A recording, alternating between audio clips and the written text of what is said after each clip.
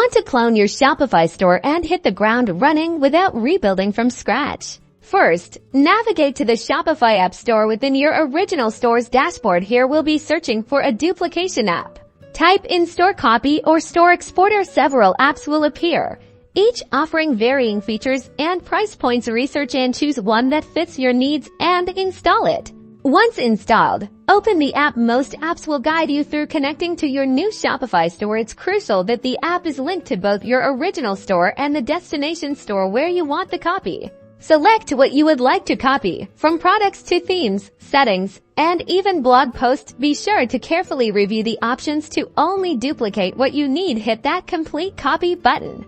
The app will start the copying process, which might take a few minutes to a few hours, depending on the size of your store. Keep your browser window open to monitor progress. After the copy is complete, carefully review your new Shopify store. Check that all products, themes, and settings have been transferred correctly and adjust anything as needed.